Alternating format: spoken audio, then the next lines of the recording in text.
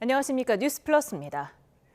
더불어민주당이 오늘 의원총회에서 내란 전담 재판부에 대한 의견 수렴에 나선 끝에 보완 후 입법하기로 뜻을 모았습니다. 국민의힘은 국민 고발회 형식의 의원총회에서 여당의 입법 독주를 규탄했습니다. 자세한 내용 국회 연결해서 알아봅니다. 김다현 기자. 네, 국회입니다. 네, 내란 전담 재판부는 논의 초반부터 위헌 논란이 제기됐는데요. 오늘 민주당 의원총회에서 결론을 내지 못한 거죠. 네, 그렇습니다. 민주당은 오늘 오전에 비공개로 정책의원총회를 열어 2시간가량 내란 재판부 설치법 보완 방안을 논의했는데 결론이 도출되지는 않았습니다. 내일 예정된 정기국회 마지막 본회의에는 내란 재판부 설치 법안이 상정되지 않습니다. 민주당 김현정 원내대변인은 내란 재판부 필요성에 이견은 없었다면서도 전문가 자문 등을 거쳐 다음 의총에서 추가 논의하겠다고 설명했습니다. 다음 주로 예상되는 의원총회에서 최종 입법 방향이 정해질 전망입니다. 오늘 의원총회에서는 현재 법안으로는 위헌 소지가 크고 오히려 관련 재판을 지연시킬 우려만 있다는 강경한 반대 의견이 공개적으로 표출됐고 법사위 김용민 간사와 일부 언쟁까지 벌어진 것으로 전해졌습니다. 아무래도 위헌 논란이 쟁점인 건데요. 정청래 대표도 이런 흐름을 의식한 듯 필요한 부분은 보완하고 수정할 부분은 과감히 수정하겠다고 강조했습니다. 물론 연내 처리 의지만큼은 뚜렷합니다. 오늘 아침 회의 발언 직접 들어보겠습니다. 법적으로 위헌이 아니더라도 1심 재판을 지연시키려는 정략에 맞서 위헌 시비마저 최소화하겠습니다. 내란 청산의 발걸음은 단 한 발짝도 물러설 수 없고 단 한순간도 늦춰질 수 없습니다. 민주당은 법제사법위원회 법안심사 1소위의 안건으로 올라온 헌법재판소법 개정안도 일단 오늘은 처리하지 않았습니다. 추미애 위원장이 대표 발의한 이 법안은 내란 사건에 대해서는 위헌법률심판제청이 이루어졌을 때도 재판을 중단시키지 않는 것이 핵심입니다. 또 헌재가 심판제청 후 한 달 안에 위헌 여부를 결정하게 했는데 이에 대해 헌재 신중 의견이 있었던 걸로 전해졌습니다. 국민의힘 나경원 의원은 위헌을 위헌으로 덮는 시도라고 규정하면서 이번 법안뿐 아니라 내란 전담 재판부 설치법도 조속히 철회하라고 목소리를 높였습니다. 예, 국민의힘은 민주당의 입법 강행에 총력 대응한다는 방침이죠? 네, 국민의힘 장동혁 대표는 아침 회의에서 대통령실이 내란 재판부 설치 자체에 공감한 걸 두고 헌법 파괴의 컨트롤타워가 대통령실인 게 또 한 번 입증됐다고 비판했습니다. 동시에 사법부의 저항도 촉구했는데요. 발언 들어보겠습니다. 내란 전담 재판부와 법 왜곡죄는 결국 범죄자 대통령 한 사람 때문이라는 사실 또한 입증된 셈입니다. 민주당이 경고를 무시한다면 사법부가 국민을 대신해 행동에 나서야 할 것입니다. 국민의힘은 또 국민 고발의 형식의 의원총회를 열어 이재명 정부의 실정과 민주당의 입법 폭주를 규탄했습니다. 송원석 원내대표는 민주당이 파괴와 해체의 폭주를 개혁, 민주, 정상화와 같은 그럴듯한 거짓말로 포장하고 있다며 거짓과 탐욕으로 쌓아올린 권력의 모래성은 결코 오래가지 못한다고 비판했습니다. 내일 본회의를 앞두고 총력전에 나서는 모습인데 당내 결집력을 강화할 수 있을지는 아직 미지수입니다. 장동혁 대표가 비상계엄에 대해 사과하지 않는 등 강성 노선을 유지하면서 내년 지방선거를 잘 치를 수 있겠느냐는 우려와 비판이 빗발치고 있기 때문입니다. 장 대표는 지도부에 반대하는 의원들을 중심으로 함께 식사하며 소통하는 일정을 잡고 있는데 강성 노선에 대한 우려를 잠재우고 리더십을 굳힐 수 있을지 주목됩니다. 지금까지 국회에서 전해드렸습니다. 판사 대표 협의체인 전국 법관회의에서 내란 전담 재판부와 법 왜곡죄 신설에 대한 우려의 목소리가 나왔습니다. 사법제도 개선 방안에 대해서도 국민 기대와 판사들 의견이 충분히 반영돼야 한다면서 의견 수렴을 강조했습니다. 취재 기자를 연결합니다. 이미혜진 기자. 네, 경기 고양시 사법연수원입니다. 네, 법원장에 이어서 법관들도 여당이 추진하는 사법개혁에 대해 우려를 표했군요. 네, 전국 법관들이 모인 법관 대표회의는 오전 10시부터 6시간가량 열띤 논의를 한 끝에 현안에 대한 입장을 냈습니다.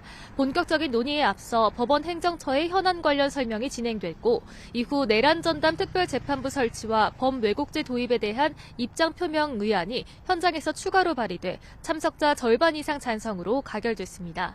법관들은 비상계엄 재판의 중요성과 국민의 관심, 우려를 엄중히 인식한다면서도 현재 논의되는 내란 재판부 설치와 범왜곡죄 신설은 위헌 소지가 있고 재판의 독립성을 침해할 우려가 크다며 신중한 논의를 촉구했습니다.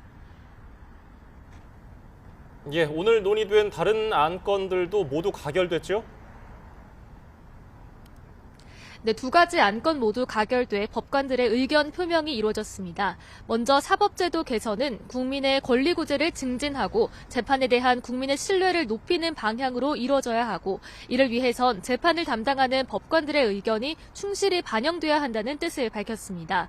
구체적으로는 상고심 제도 개선은 충분한 공감대와 실증적 논의를 거쳐 사실심을 약화시키지 않는 방법으로 추진돼야 하고 사실심 강화를 위한 방안도 함께 논의돼야 한다고 주장했습니다. 또 대법관 구성의 민주적 정당성을 확보하기 위해 대법관 후보 추천위원회 구성에서 다양성과 절차의 투명성을 높이고 검증 기능을 강화하는 방향의 제도 개선이 필요하다고 강조하기도 했습니다. 이어 법관 인사평가 제도 변경의 경우 재판의 독립과 법관의 신분 보장, 나아가 국민의 사법 신뢰에 중대한 영향을 미칠 수 있는 만큼 단기적 논의나 사회 여론에 의해 성급하게 추진돼선 안 된다고 우려를 드러냈습니다. 네, 법관뿐 아니라 법조계에서 연달아 우려를 표하고 있지 않습니까? 네, 먼저 사흘 전 열린 전국 법원장 회의도 내란 재판부 설치와 범왜곡죄 도입 등은 위헌성이 크다며 이에 따른 재판 지연 등 많은 혼란이 초래될 수 있다고 우려를 드러낸 바 있습니다. 대한변호사협회는 오늘 성명서를 통해 해당 법안들이 삼권 분립을 위배할 소지가 크다며 신중 검토를 촉구했습니다. 민주사회를 위한 변호사 모임 역시 법원이 불신을 자초했다면서도 내란 전담 재판부 후보 추천권을 법무부와 헌재에 부여하는 건 권력 분립 관점에서 적절치 않다고 지적했습니다.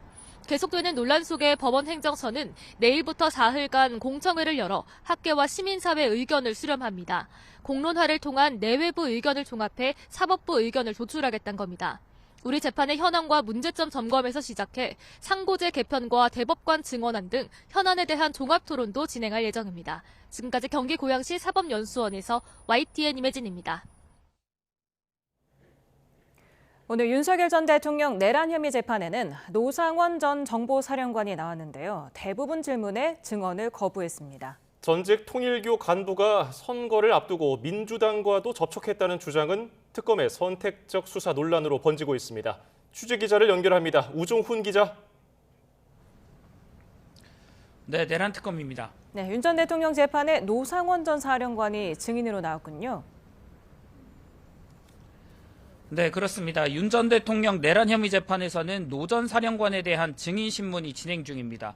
노 전 사령관은 이른바 햄버거 회동을 통해 비상계엄을 사전 모의하고 민간인 신분으로 국방부에 부정선거 관련 제2수사단 구성을 주도했다는 의혹을 받는 인물입니다.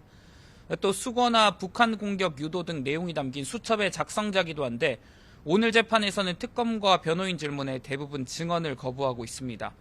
신문 과정에서 노 전 사령관은 일부 답변을 이어가다가도 귀찮으니 증언을 거부한다는 등 태도를 보이기도 했습니다. 오늘 재판에는 계엄 사령관이었던 박안수 전 육군참모총장의 증인신문도 예정돼 있었는데 박 전 총장이 병원 진료를 이유로 불출석하겠다는 뜻을 전달하겠습니다. 예, 김건희 특검 상황도 짚어보죠. 통일교가 민주당과도 접촉했다는 전직 간부의 진술에 대해서 특검이 입장을 설명했죠. 네, 그렇습니다. 지난주 윤영호 전 통일교 세계본부장이 자신의 재판에서 2022년 선거를 앞두고 국민의힘뿐 아니라 민주당과도 접촉했다고 한 발언의 파장이 계속되고 있습니다. 당시 윤 전 본부장은 조사에서 충분히 말했는데 증거 기록에는 왜 빠져 있느냐며 특검에 따져 물었고 이를 두고는 특검이 선택적으로 민주당을 수사하지 않은 건 아니냐는 의혹이 불거졌습니다. 이에 대해 특검은 윤 전 본부장 진술이 특정 정당에만 국한된 게 아니었고 사건 기록으로도 만들었다며 의혹은 전혀 사실이 아니라고 밝혔습니다. 다만 진술 내용을 볼 때 명백히 특검법상 수사 대상에 해당하지 않아 다른 수사기관에 인계할 예정이라고 했습니다. 앞서 윤 전 본부장은 재판에서 실명을 밝히는 건 고민 중이라며 접촉한 민주당 측 인사가 현 정부 장관급 4명이고 이 중 2명은 한학자 총재와 만났다고도 주장했는데요. 윤 전 본부장이 모레 열릴 결심에서 자세한 내용을 말하겠다고 언급한 상황이어서 논란이 계속될 전망입니다. 지금까지 내란특검에서 YTN 우종훈입니다. 국민의힘은 민중기 특검이 민주당 정치인이 통일교 금품 수수에 연루됐다는 구체적인 진술이 있음에도 수사하지 않고 덮어버렸다며 편파 수사에 대한 고발 조처를 예고했습니다.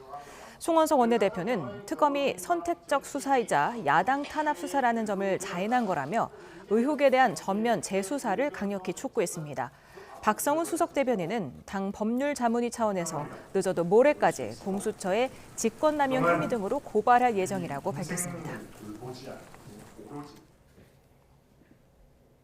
이재명 대통령이 정원호 서울 성동구청장에 대한 구정 만족도가 높다는 취지의 기사를 공유하며 정 구청장을 공개 칭찬해서 그 배경에 관심이 쏠립니다. 이 대통령은 오늘 SNS에 2025 정기 여론조사에서 구정 만족도 92.9%를 기록했다는 내용의 기사를 올리며 정원호 구청장님이 잘하긴 잘하나 봅니다라고 적었습니다. 대통령실 관계자는 YTN에 특별한 의도는 없다고 설명했지만 정원호 구청장이 내년 지방선거에서 더불어민주당 서울시장 후보군에 거론되는 만큼 여권에서는 촉각을 곤두세우는 기류도 감지됩니다. 이번 조사는 송동구가 한국리서치에 의뢰해서 지난 10월 21일부터 24일까지 성동구 거주 성인 남녀 1,500명을 대상으로 100% 무선 전화 면접 방식으로 진행됐고 표본 오차는 95% 신뢰 수준에 플러스 마이너스 2.5%입니다. 국민의힘 나경원 의원은 이에 대해 이재명 대통령의 선거 개입 신호탄이라고 비판했습니다. 나 의원은 오늘 SNS에 대통령이 일찌감치 여권의 다른 서울시장 후보들은 퇴짜를 놓았는데 김현지 실장이 낙점한 거냐며 사실상 여당 서울시장 후보를 겨냥한 명심 주문이자 대통령발 사전 선거운동이라고 지적했습니다. 더불어민주당은 이에 대해 대통령이 만족도가 높은 지방정부를 칭찬하는 게 어떻게 선거 개입이냐면서 어불성설이라고 반박했습니다. 권향엽 대변인은 오늘 서울에서 유일한 3선 정원호 성동구청장은 젊고 유능하다면서 일 잘하는 지자체장을 일 잘한다고 칭찬하는 게 무슨 선거 개입이냐고 반문했습니다. 대장동 사건 핵심 인물인 화천대유 대주주 김만배 씨의 화천대유 명의 계좌에 3천억 원이 남아있는 것으로 확인됐습니다. 성남시는 이 돈을 포함한 대장동 일당의 재산 5,600억 여원에 대해서 법원에 가압류를 신청하며 환수 작업에 나섰습니다. 최기성 기자입니다. 남욱 변호사 측이 소유한 서울 강남 역삼동에 있는 땅입니다. 성남도시개발공사가 지목해 가압류, 가처분 신청한 대장동 일당 재산 목록에 포함됐습니다. 성남시 측이 대장동 일당을 상대로 가압류 신청한 재산 가액을 보면 김만배 씨 총액이 4,200억 원으로 가장 많습니다. 화천대유 명의 계좌 10개에 3천억 원이 있고 다른 계좌에는 모두 1,200억 원이 들어있습니다. 남욱 변호사 관련 재산 규모는 820억 원으로 김 씨 다음으로 큽니다. 옛 천화동인 사호인 NSJ 홀딩스 명의 계좌 5개에 300억 원과 부산 기장읍에 80억 원 상당 부동산 등이 포함됐습니다. 정영학 회계사의 천화동인 5호 명의 계좌 300억 원과 유동규 전 성남도시개발공사 본부장의 전세보증금 반환 채권 6억 7,500만 원 등도 가압류 신청 대상에 올랐습니다. 성남시가 파악해 가압류를 신청한 5,673억 원은 검찰이 추징 보전한 대장동 일당 재산 5,446억 원보다 200억여 원 많습니다. 성남시 측은 김만배 씨와 남욱 변호사를 상대로 제기한 사회행위 취소 소송을 포함해 민사소송 4건을 별도로 진행 중입니다. YTN 최기성입니다. 인사청탁 문자를 주고받아 논란이 된 김남국 전 대통령실 비서관과 더불어민주당 문진석 의원 등을 상대로 경찰이 수사에 착수했습니다. 경찰청 관계자는 인사청탁 논란에 대한 고발건을 서울청 공공범죄수사대에 배당했다고 밝혔습니다. 지난 4일 국민의힘 이종배 서울시 의원과 시민단체 서민민생대책위는 서울경찰청에 문 수석부 대표와 김 전 비서관을 직권남용과 청탁금지법 위반 등의 혐의로 고발했습니다. 임신 사실을 폭로하겠다고 협박해 축구선수 손흥민 씨로부터 3억 원을 뜯어낸 여성에게 1심에서 실형이 선고됐습니다. 재판부는 손 씨가 상당한 정신적인 고통을 받은 것으로 보인다면서 죄질이 나쁘다고 질타했습니다. 이경국 기자입니다. 20대 여성 양모 씨는 지난해 6월 손흥민 씨로부터 3억 원을 갈취한 혐의로 재판에 넘겨졌습니다. 임신 사실을 폭로하겠다고 협박해 돈을 뜯어낸 겁니다. 여전히 손 선수와 임신했다고 주장하시나요? 손 선수에게 할 말 있으십니까? 법원은 1심에서 양 씨의 혐의를 모두 유죄로 인정하며 징역 4년을 선고했습니다. 양 씨와 공모해 7천만 원을 더 뜯어내려 한 40대 남성에게는 징역 2년이 선고됐습니다. 법정에서 양 씨는 협박한 적이 없고 임신과 낙태에 대한 위자료를 받은 거라고 주장했지만 모두 받아들여지지 않았습니다. 재판부는 양 씨가 태아를 손 씨의 아이라고 생각했다 주장하지만 이를 받아들이기는 어렵다고 판시했습니다. 특히 양 씨가 지난해 6월 임신 사실을 알게 된 뒤 의사에게 누구의 아이인지 확인하지 않았고 다른 사람 아이로 생각한 것 같다고도 설명했습니다.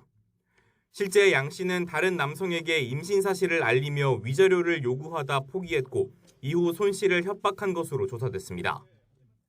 재판부는 유명인인 손 씨가 범행에 취약했고 양 씨는 이를 빌미로 큰 돈을 받았다며 죄질이 나쁘다고 질타했습니다.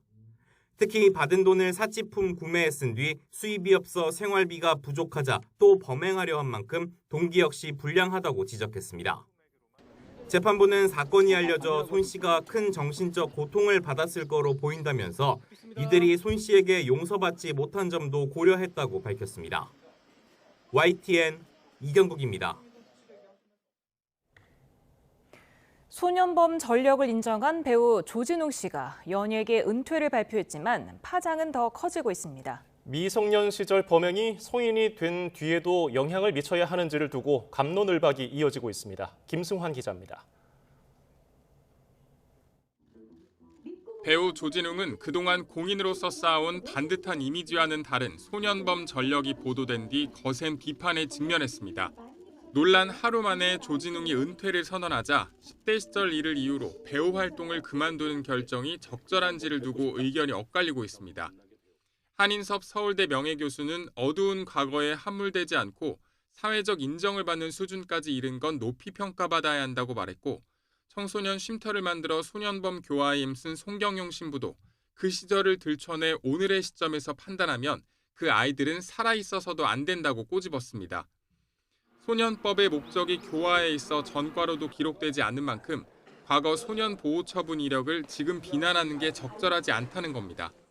반면 과거의 과오를 애써 덮어둘 수만은 없고 배우라는 직업의 특수성을 고려하면 은퇴가 불가피한 선택이었다는 반론도 나옵니다. 박경신 고려대 교수는 전두환과 노태우가 법에 따른 처벌을 받았다고 해서 과거를 근거로 그들을 비판할 수 없는가라고 물었고 박유아 세종대 명예교수는 배우는 사람들 환상을 만족시키는 직업이라며 더는 환상을 품을 수 없게 됐으니 그만두는 건 현명한 결정이라고 말했습니다. 지금 이렇게 조금 더 진지한 고민이 또 시작이 되고 있다는 점에서 좀 유의미한 그런 이야기들이 많이 흘러나오고 있다 이렇게 보고 있습니다. 이런 가운데 처음 소년범 전력을 보도한 언론사를 상대로 한 형사 고발까지 제기되면서 관련 논란은 당분간 이어질 것으로 보입니다. YTN 김승환입니다.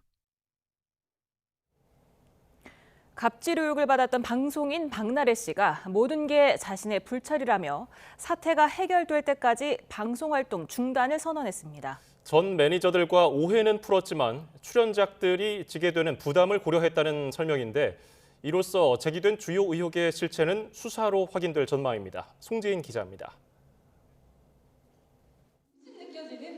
방송인 박나래 씨가 전 매니저들의 의혹 제기 나흘 만에 직접 입을 열었습니다. 전날에서야 폭로 당사자들과 만나 오해를 풀긴 했지만 여전히 모든 게 자신의 불찰이라 생각한다며 깊이 반성하고 있다고 밝혔습니다. 저는 출연작 제작진과 동료들에게 민폐를 끼칠 수 없다고 보고 논란이 말끔히 해소될 때까지는 방송 활동을 멈추겠다고 하면서 고정으로 나오던 예능 프로그램들도 향후 박 씨의 출연 중단을 공식화했습니다. 박 씨의 이 같은 결단은 매니저 갑질에서 시작된 의혹 제기가 불법 의료행위 논란으로까지 일파만파 번지던 상황에서 나왔습니다. 박 씨가 그동안 피로 해소 목적으로 비의료인 A씨에게 주사를 맞아왔다는 게 골자인데 A씨가 SNS에 자신은 해외 대학병원 교수 출신이라고 반박한 뒤 다시 게시물을 삭제하면서 의사면허의 실체를 둘러싼 논란이 가열됐습니다. 여기에 해당 병원이 실제하느냐를 두고 의료계에서 상반된 의견이 나오면서 혼란은 더욱 가중됐고 결국 의료법 위반 혐의 수사로 이어지게 됐습니다. 앞서 전 매니저들이 폭로한 갑질 의혹을 계기로 박 씨가 받게 된 특수상해 혐의 수사와 되레 매니저들이 허위 주장을 하며 박 씨 측에 수억 원을 요구해왔다는 내용의 공갈 혐의 수사까지 쌍방이 고소를 취하하지 않는 한 제기된 주요 논란의 진실은 향후 수사와 법적 공방으로 밝혀질 것으로 보입니다. YTN 송재인입니다. 일정 규모 이상의 기업은 현행법상 개인정보 유출 사고에 대한 배상 책임 보험에 가입해야 하는데요. 대규모 정보 유출 사고가 난 쿠팡은 법정 최소 한도로 가입한 것으로 파악됐습니다. 김범석 창업주에 대한 책임론도 커지고 있지만 김 의장은 여전히 침묵하고 있습니다. 취재 기자를 연결합니다. 오동건 기자, 자세한 내용 전해주십시오. 네, 쿠팡이 고객 계정 유출 사고의 피해자를 구제하는 개인정보 유출 배상보험을 법정 최소 금액으로만 가입해온 것으로 확인됐습니다. 개인정보 유출 보상보험은 개인정보가 유출돼 제3자에게 법적 손해배상 책임이 발생할 때 그 손해를 보상하는 보험입니다. 개인정보보호법에 따라 일정 규모 이상 기업은 의무적으로 가입해야 하는 보험으로 전년도 매출액 10억 원 이상, 정보 주체 수가 10,000명 이상인 곳이 대상입니다. 쿠팡은 메리츠화재의 보장 한도 10억 원으로 가입되는 것으로 알려졌습니다. 즉 이번 사고에서 쿠팡의 배상 책임이 인정되더라도 보험을 통해 쿠팡이 보상받을 수 있는 최대 금액은 10억 원에 불과하다는 뜻입니다. 쿠팡이 어제 올린 2차 사과문을 놓고도 논란이 커지고 있습니다. 오늘 오전까지 쿠팡의 2차 사과문 URL을 카카오톡으로 공유하면 쿠팡이 추천하는 관련 혜택과 특가라는 미리 보기 제목이 나타났습니다. 이 때문에 사과문까지 광고로 이용하는 것 아니냐는 소비자들의 원성이 커졌습니다. 쿠팡은 기술적 처리 과정에서 생긴 문제라고 설명했고 현재는 사과문 안내 제목으로 미리 보기가 수정됐습니다.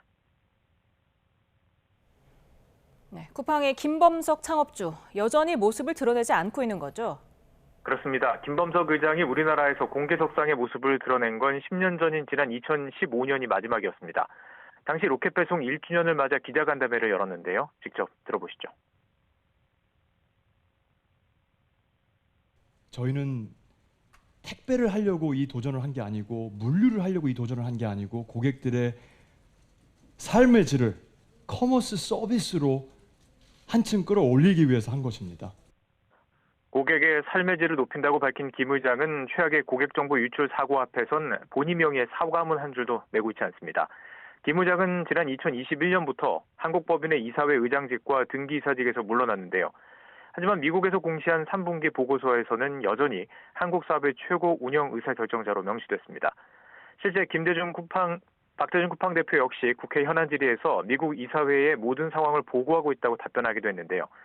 최종 경영 책임자인 김 의장이 정보 유출 사태의 책임을 피할 수 없다는 비판이 끊임없이 나오고 있습니다. 국회 과학기술정보방송통신위원회는 김 의장을 증인으로 채택하고 관련 청문회를 개최할 예정입니다. 또 정무위에서도 김 의장 고발을 검토하는 등 정치권 압박도 거세지고 있습니다. 지금까지 YTN 오동건입니다. 쿠팡 대량 정보 유출 사태와 관련해서 경찰이 2차 피해 여부를 매일 실시간 확인하고 있다고 밝혔습니다. 경찰청은 신용카드 무단 결제 등 피해 가능성에 대해 국민이 불안감을 느끼는 만큼 정보 악용 사례가 있는지 계속 확인하고 있다고 말했습니다. 또 유출 정보를 직접 활용하는 사례뿐 아니라 이번 사건을 사기 수단으로 삼는 경우에 대해서도 자세히 들여다보고 있다고 설명했습니다. 쿠팡을 대상으로 국내에서 소송이 본격화하는 가운데 미국의 쿠팡 본사를 상대로 한 미국 내 집단 소송이 추진됩니다. 한국법무법인 대륜의 현지 법인은 뉴욕 맨해튼에서 기자회견을 열고 쿠팡을 상대로 한 징벌적 손해배상 소송을 미국 법원에 제기할 계획을 공개하겠다고 밝혔습니다.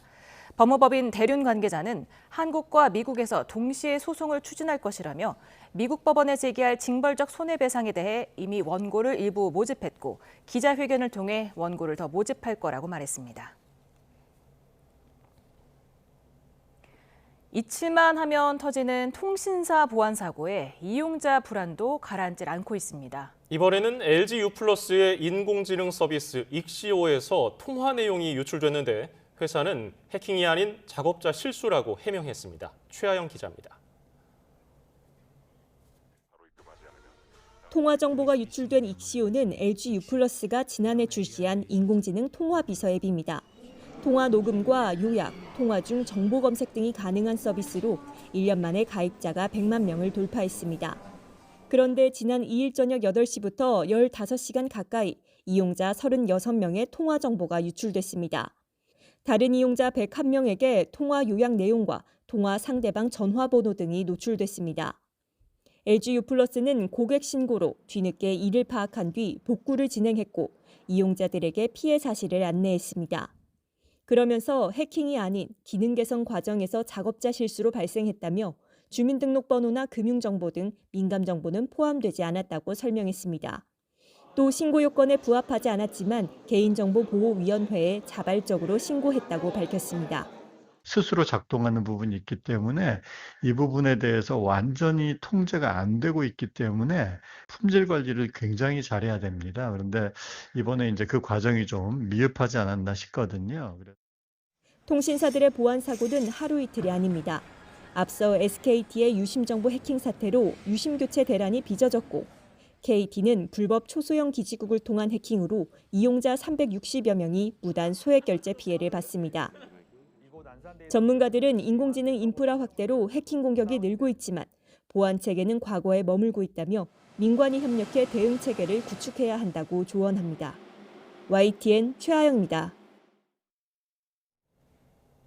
전국 대학 교수들이 올해의 사자성어로 변동불거를 꼽았습니다. 교수신문은 전국 대학 교수 766명을 대상으로 설문조사 결과 33.94%를 얻은 변동불거가 올해의 사자성어로 선정됐다고 밝혔습니다. 변동불거는 세상이 잠시도 멈추지 않고 끊임없이 흘러가면서 변한다는 의미로 한국 사회가 거센 변동의 소용돌이 속에 놓여 있고 미래가 불확실한 시대에 안정과 지속 가능성을 고민해야 한다는 시대적 메시지를 상징한다고 설명했습니다. 서울 보광동에서 20대 남성이 술을 마신 채 차를 몰다 중앙선을 넘어서 인도로 돌진했습니다. 전봇대를 들이받아 쓰러지는 아찔한 상황이 벌어졌습니다. 이수빈 기자입니다. 차량 한 대가 도로를 가로질러 달립니다. 그대로 인도를 덮치더니 철제 난간을 뚫고 아래쪽 이면도로로 떨어집니다. 차량이 들이받은 전봇대가 건물을 향해 기울어졌고 쌓여있던 쓰레기 더미는 사방으로 흩어졌습니다. 새벽 시간 서울 보광동 도로에서 BMW 승용차가 인도로 돌진했습니다. 큰 굉음이 들리길래 차가 저쪽에서 난간을 들이받고 저기 밑으로 떨어져 있더라고요. 경찰들 좀 오시고 구급차 오시고. 다행히 당시 인도에 사람이 없어 인명피해는 발생하지 않았습니다. 쓰러진 전봇대를 복구하는 작업이 이루어지고 있습니다. 주변으로는 부서진 철제 난간 등이 그대로 남아 사고 당시 충격이 상당했음을 알 수 있습니다. 음주 측정 결과 사고 당시 20대 운전자의 혈중 알코올 농도는 면허 취소 수준이었던 것으로 확인됐습니다. 사고를 목격한 시민은 YTN에 비슷한 나이대로 보이는 동승자 2명이 더 있었다고 말했는데 이들은 사고 직후 차문을 열고 나와 현장을 벗어난 것으로 전해졌습니다. 경찰은 도주한 동승자의 숫자와 신원 등을 파악하면서 행적을 추적하고 있습니다. 또 이른 시일 안에 운전자를 불러 사고 경위를 조사할 방침인데 동승자들에 대해서도 음주운전 방조 혐의를 적용할지 검토하고 있습니다. YTN 이수빈입니다. 경찰이 신세계백화점 폭파 협박 등 공중 협박글 게시자를 상대로 수천만 원 상당의 손해배상 청구 소송을 제기했습니다. 공중협박죄 제정 이후 테러 협박글 게시자에 대해서 경찰이 소송을 제기한 건 이번이 처음입니다. 윤태인 기자입니다. 지난 8월 한 유튜브 영상에 신세계백화점을 폭파하겠다는 댓글이 달리며 특공대가 출동했습니다. 협박글을 작성한 20대 남성이 경남 하동에서 잡히기까지 시민들은 불안에 떨었습니다. 정말로 시민들이 많이 다치거나 폭파가 됐으면 어쩔 뻔했나. 지난해 9월에는 경기 성남시 야탐역에서 흉기 난동을 벌이겠다는 글이 인터넷에 올라왔는데 예고한 날에는 장갑차까지 동원되는 등 피의자가 체포될 때까지 50일 넘도록 일대에 경찰력이 투입됐습니다. 경찰은 협박글을 게시한 두 사람에 대해 형사처벌과 별도로 손해배상 소송을 제기했습니다. 경찰이 지난 3월부터 시행된 공중협박죄 적용 사건에 대해 민사소송을 제기한 것은 이번이 처음입니다. 경찰청은 각 시도경찰청에서 손해배상 심의위원회를 설치해 논의한 결과 신세계백화점 폭파 예고에는 1,256만 원, 야탐역 살인 예고에는 5,500여만 원의 세금이 낭비된 것으로 판단하고 해당 금액만큼 손해배상을 청구했다고 밝혔습니다. 사건에 투입된 경찰 출동수당, 유류비 등을 반영한 액수입니다. 경찰은 공중협박과 거짓 신고는 국민 불안과 사회적 혼란을 일으키고 손실을 초래한다며 이번 소송 배경을 설명했습니다. 경찰의 불필요한 출동으로 인해 정상적인 치안 활동에 지장이 발생하게 됩니다. 결국 그 피해는 치안 서비스를 제때 받을 수 없게 되는 일반 국민에게 돌아갈 수밖에 없습니다. 경찰은 자신이 다니는 인천 소재 학교 등에 대한 폭탄 테러 예고글을 쓴 혐의로 구속 송치된 고등학생에 대해서도 소송을 검토하는 등 앞으로도 공중협박과 거짓 신고에 대해 엄정하게 대응하겠다는 방침입니다. YTN 윤태인입니다. 세계적인 인기를 끌고 있는 K 콘텐츠. 하지만 이를 좀먹는 불법 사이트가 기승을 부리고 있습니다. 경찰이 불법 사이트 운영 일당을 검거했는데 수십억 원을 광고비로 챙겼습니다. 홍성욱 기자가 취재했습니다. 최신 영화와 드라마, 예능 등 방송 콘텐츠가 게시된 사이트. 클릭 한 번이면 무료로 시청이 가능합니다. 하지만 모두 불법으로 공유된 콘텐츠입니다. 경찰이 불법 사이트 운영자 48살 A씨 등 8명을 검거했습니다. 인기 콘텐츠로 접속을 유도하고 불법 도박 사이트 운영자들로부터 배너 광고를 올려주는 대가로 수익을 챙겼습니다. 32개 도박 사이트 운영자들로부터 지난 1년간 월 평균 광고비 300만 원을 받았는데 무려 52억 원이 넘었습니다. 경찰의 추적을 피하려고 6개월 간격으로 범행 사무실을 옮겨 다녔고 대포폰과 대포통장으로 돈을 챙겨왔습니다. 도박 사이트 운영 사실 확인한 상태에서 또 태국으로 도주한 그 피해자 2명, 그 총책 2명에 대해서는 저희가 인천공항에서 적색 수배 내렸다가 인천공항에서 검거했습니다. 지난 2018년 하루 평균 110만 명이 접속하던 불법 웹툰 공유 사이트 밤토끼 운영자가 검거됐고 지난해 K 콘텐츠 불법 유통 대명사로 불렸던 누누TV 운영자도 붙잡혔습니다. 하지만 제2, 제3의 불법 공유 사이트는 여전히 운영되고 있습니다. 당장 운영되고 있는 불법 사이트만 수십 곳. 차단 조치가 이루어질 때마다 기존 도메인의 숫자를 하나씩 올리는 방식으로 운영을 이어가고 있습니다. 가장 필요한 건 이용자들의 인식 개선. 저작권 침해는 물론 K 콘텐츠를 죽이는 범죄라는 것을 깨닫고 불법 공유 사이트 접속을 하지 않는 것이 중요합니다. 경찰은 여전히 활개치고 있는 콘텐츠 불법 공유 사이트에 대한 단속과 수사를 이어나가 관련 범죄를 뿌리 뽑을 계획입니다. YTN 홍서욱입니다. 부산으로 옮겨가는 해양수산부가 오늘 이전 작업을 본격 시작했습니다. 해수부는 오늘 세존청사에서 첫 이삿짐 트럭이 출발했고 내일 오전부터 부산청사에 이삿짐을 반입한다고 밝혔습니다. 21일에 이사 작업이 마무리되면 해수부 직원 800여 명은 부산 동구에 마련된 해수부 임시청사로 일터를 옮기게 됩니다.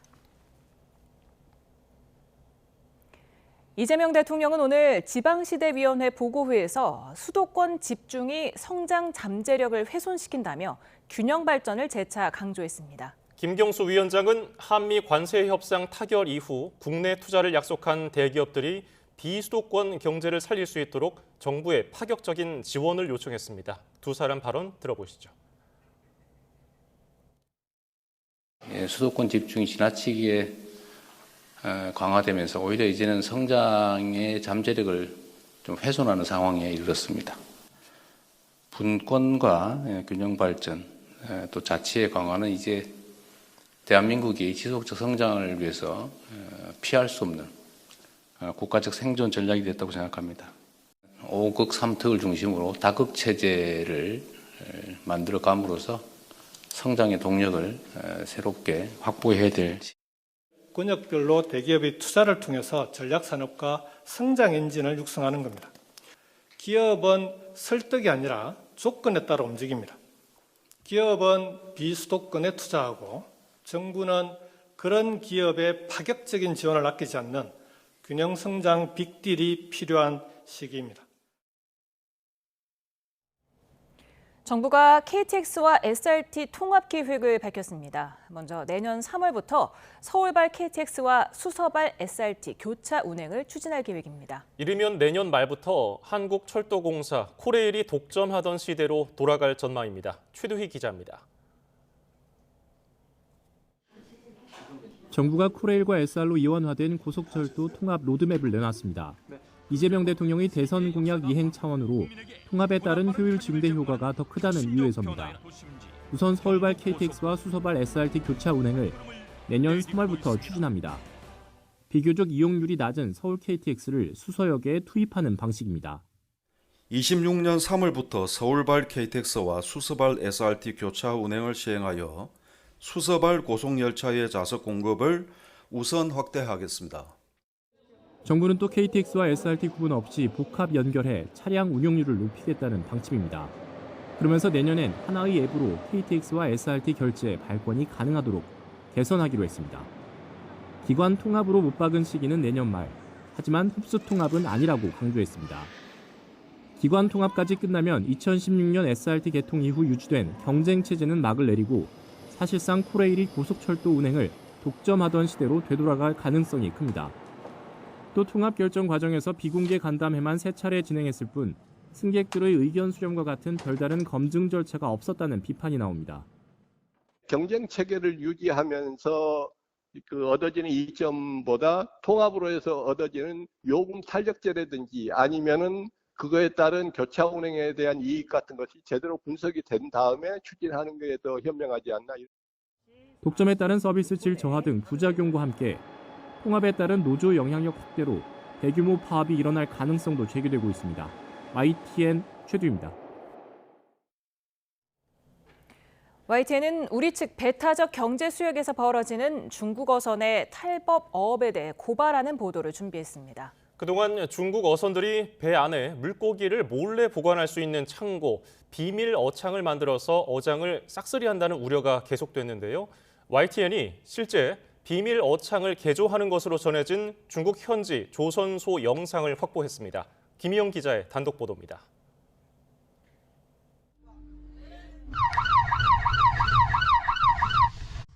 중국 어선에 올라탄 해경이 선체의 벽을 잡아당기니 숨겨졌던 문이 나타납니다. 강제로 문 여는 장면 시간. 문 뒤 비밀 창고에는 물고기가 담긴 상자가 가득합니다. 지난 1월 중국 어선의 신종 비밀어창 적발 당시 영상입니다. 합판 따위로 창고를 가렸던 예전과 달리 아예 선체를 개조한 어선을 처음으로 단속한 차례인데 수법이 교묘한 만큼 해경이 첩보 입수 후 단속에 성공하기까지 1년 넘게 걸렸습니다. 티가 안 나도록 그렇게 숨겨버리면 찾기가 상당히 어려운 건 사실입니다. 첫 첩보 입수해서부터 납포하기까지 15개월이 걸렸습니다. 중국 어선들이 비밀 어창까지 만드는 이유는 어획량을 속여 우리 측 배타적 경제 수역에서 정해진 한도보다 더 많은 물고기를 잡기 위해서입니다. 양국은 지난 2000년부터 어업 협정을 맺고 배타적 경제 수역에서 조업할 수 있는 어선 수와 어획량을 매년 정해왔는데 업종별로 할당된 양을 넘기면 철수해야 합니다. 한국 해경의 비밀어창 단속이 이어지고 있는데요. 중국 어선들은 적발을 막기 위해 비밀어창의 위치와 구조를 복잡하게 만들어 은폐하는 것으로 전해졌습니다. YTN이 단독 입수한 중국 현지 조선소 영상에서도 이 같은 실태를 확인할 수 있습니다. 금어기인 지난 7월 중국 저장성 올령 지역의 해상 조선소에 있는 어선 가운데 한 척에 오르니 창고 바닥에 또 다른 출입구가 보입니다. 기름 탱크로 이어진 문으로 그 안에 기름 대신 물고기를 채우는 신종 수법입니다. 비밀 공간에 리모컨이 있어야만 열 수 있는 유압식 전동문을 설치해 단속을 피하기도 하고 기존 어창에도 얼음이 가득 찬 것처럼 꾸미고 실제로는 물고기를 채울 수 있게 비밀 통로를 뚫어놨습니다.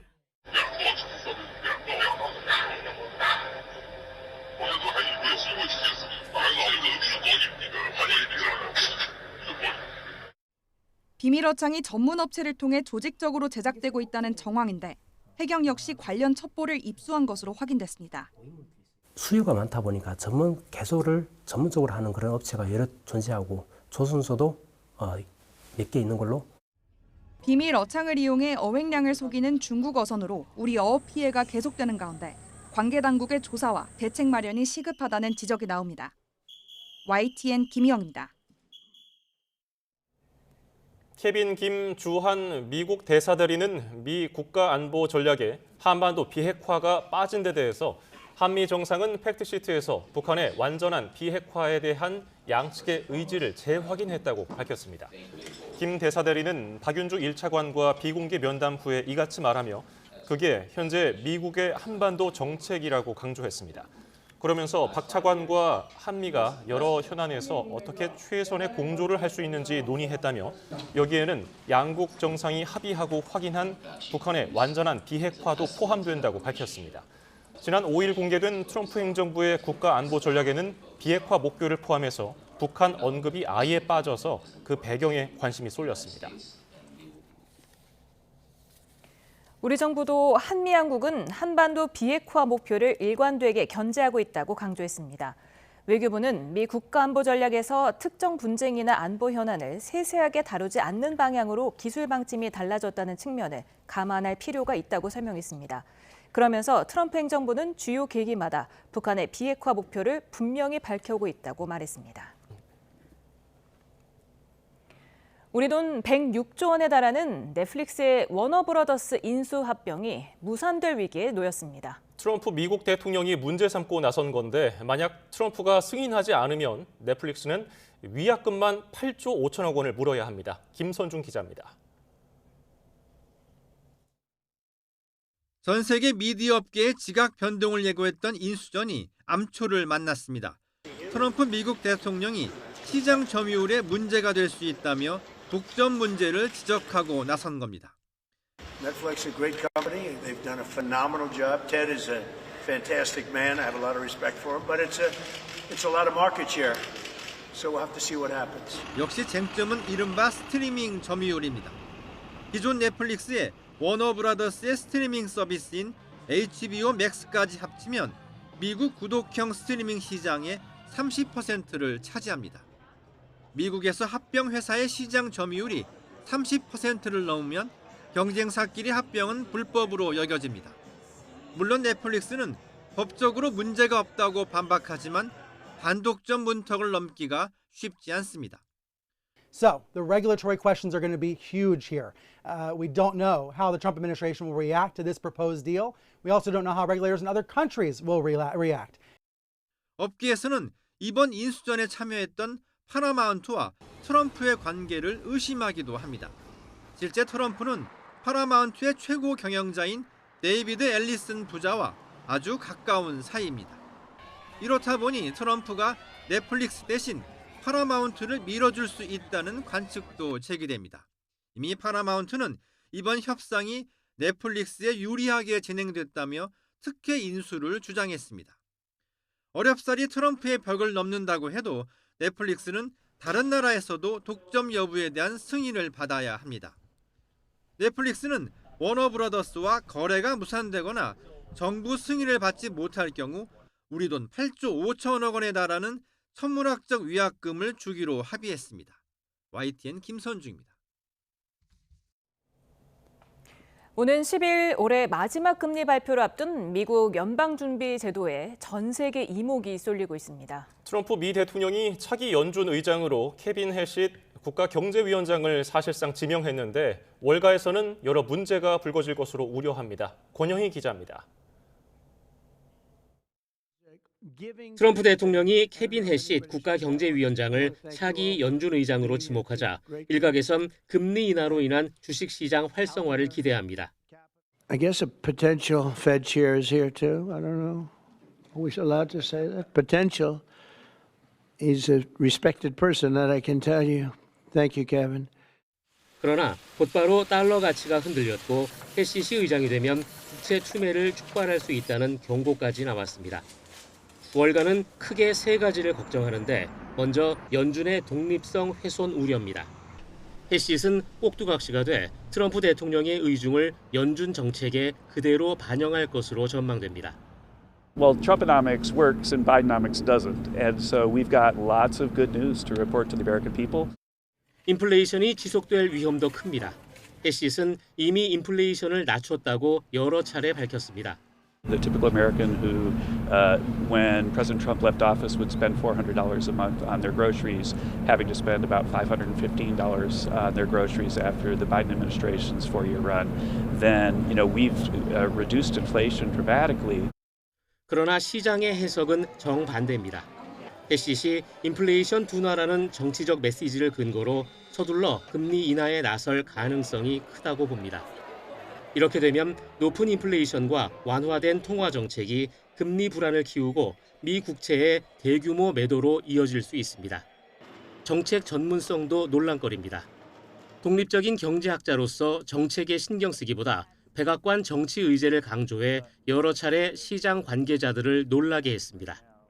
해시스는 트럼프 대통령의 가장 큰 신뢰를 받고 있지만 월가는 바로 그 점을 가장 우려합니다. YTN 권영입니다. 중국 전투기가 일본 전투기의 레이더를 조준한 걸 놓고 중국과 일본이 책임 공방을 벌이며 갈등을 키우고 있습니다. 다카이치 일본 총리의 타이완 유사시 개입 시사 발언 이후 군사 분야까지 갈등이 첨예해지는 양상입니다. 도쿄 김세호 특파원입니다. 오키나와 인근 공해에서 중국의 제-15기가 일본의 F-15기에 레이더를 조준한 것을 놓고 책임 공방이 거세지고 있습니다. 일본은 방위상에 이어 다카이치 총리까지 직접 나서 유감을 표명하며 재발 방지를 촉구했습니다. このような事案が発生したことはもう極めて残念です。で中国側には強く抗議し再発防止をこの厳重に申し入れするということを行いました。 중국군은 오히려 일본이 먼저 중국의 훈련 구역을 침범했다고 주장했습니다. 이어 중국 외교부는 일본 외교부가 주일 중국 대사를 불러 항의했지만 받아들이지 않고 그 자리에서 오히려 일본 측에 역으로 항의했다고 밝혔습니다. 일본 정부는 중국 측의 반박을 일축하며 냉정히 대응해 나가겠다고 밝혔습니다. 自衛隊の航空機が中国の航空機の安全な飛行を深刻に阻害したとの中国側の指摘は当たりません。 일본은 중국 항모의 상세한 이동 경로를 공개하는가 하면 중국은 관영 매체를 통해 일본의 무인도 군사 시설을 알리며 여론전을 이어가고 있습니다. 다카이치 총리의 타이완 유사시 개입 시사 발언 이후 중일 갈등을 해결할 실마리는 좀처럼 보이지 않고 있습니다. 중일 갈등이 군사 부문까지 확대되면서 우발적 충돌 가능성을 우려하는 목소리도 커지고 있습니다. 도쿄에서 YTN 김세호입니다.